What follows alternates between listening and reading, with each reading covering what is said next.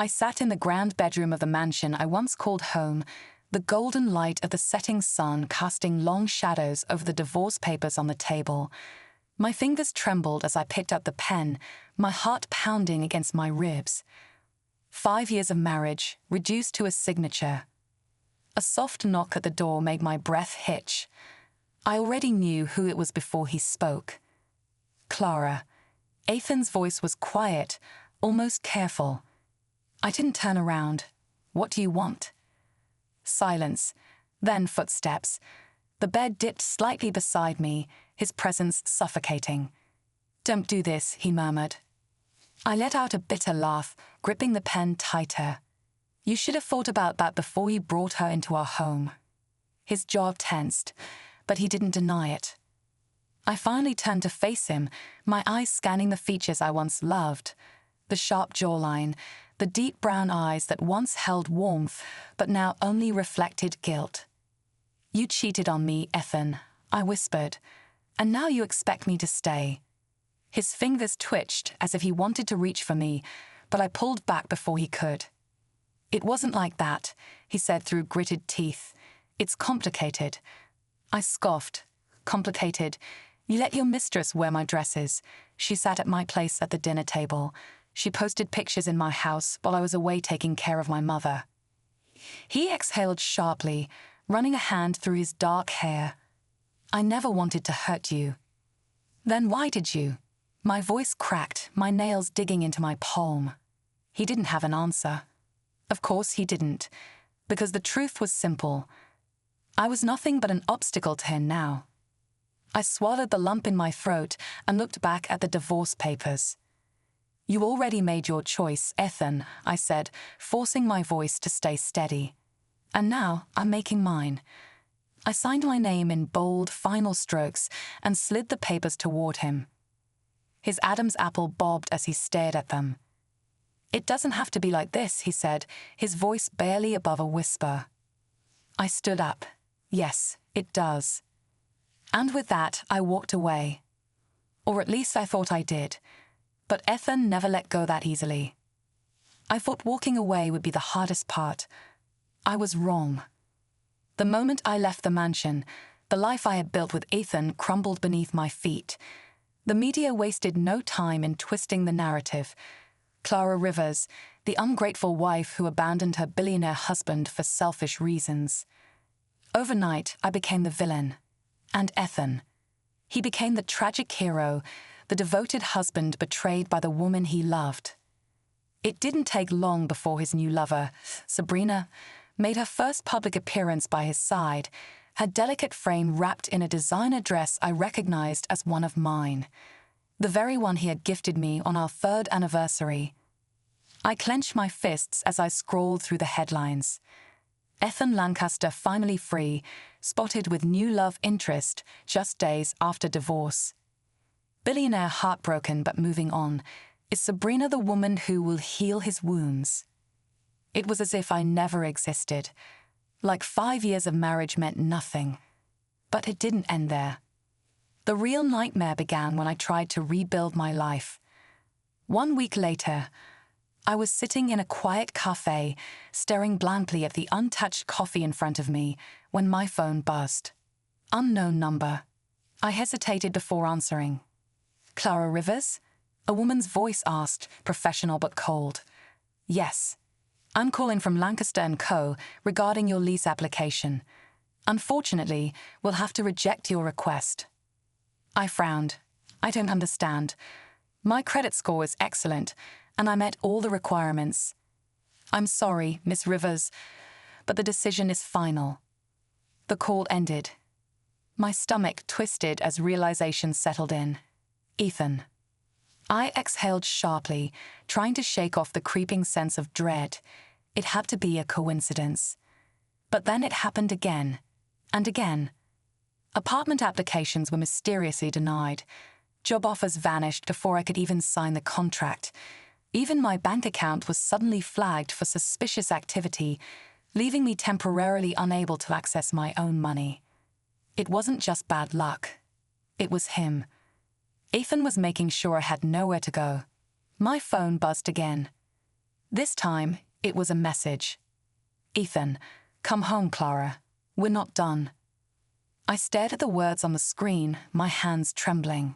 He wasn't going to let me go. I should have known Ethan wouldn't make this easy. I had spent years by his side, watching how he operated, how he crushed competitors, bent people to his will, and made problems disappear with a single phone call. I just never thought I'd become one of those problems. 2 weeks after the divorce, I sat in my car outside a dimly lit apartment complex, gripping the steering wheel so tightly my knuckles turned white. This was it. After days of rejections and closed doors, I had finally found one place willing to rent to me. It was nothing like the life I used to have.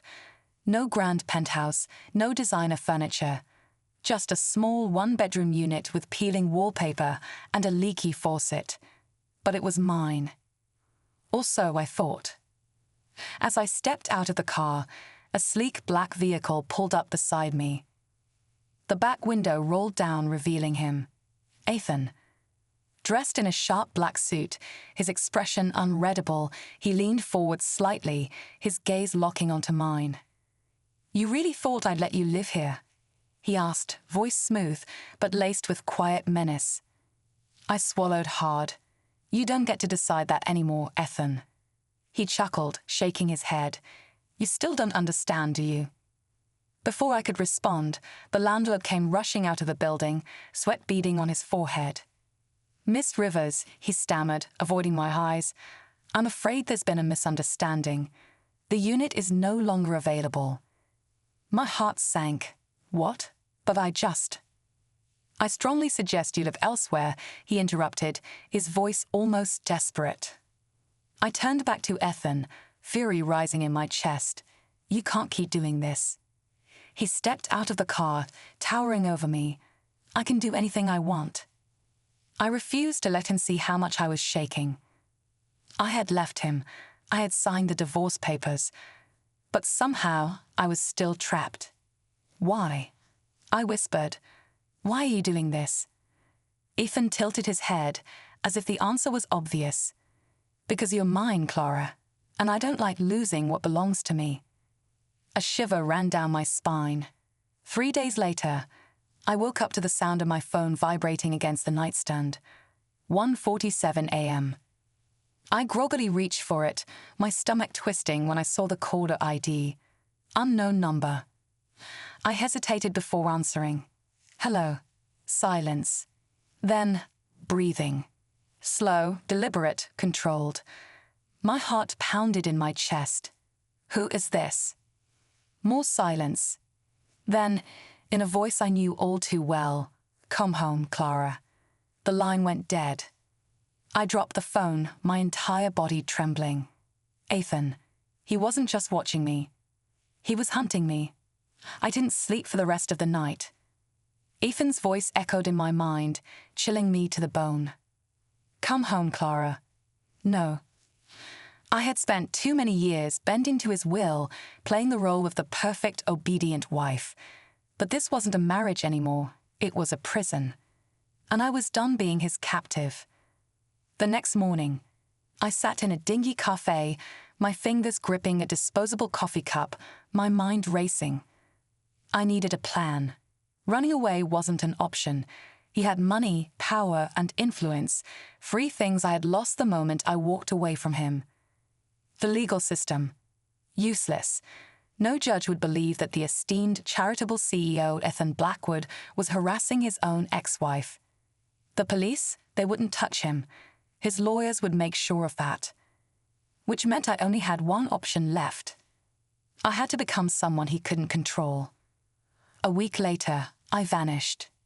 No social media, no bank accounts under my name, no paper trail for him to follow. I sold my wedding ring and used the money to relocate to a city where Ethan had no influence. I cut my hair, changed my number, and took a job that required cash-only payments. For the first time in years, I was invisible. And for a while, I thought I had won. Until I saw him. Standing across the street from my apartment, watching me. My blood ran cold. How had he found me? I didn't wait to find out. I turned on my heel and ran. The final confrontation. I barely made it inside my apartment before the door slammed open behind me. Ethan stepped inside, his face calm, too calm. "You didn't really think you could hide from me, did you?" My chest heaved as I backed away. "Stay away from me, Ethan." He sighed, shaking his head.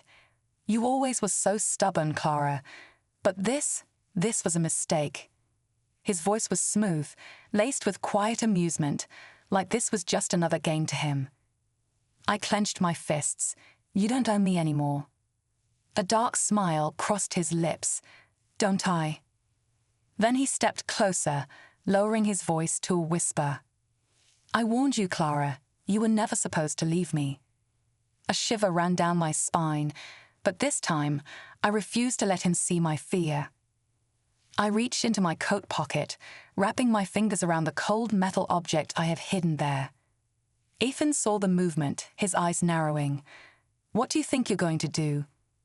I pulled it out and flicked the switch. The taser crackled to life in my hand.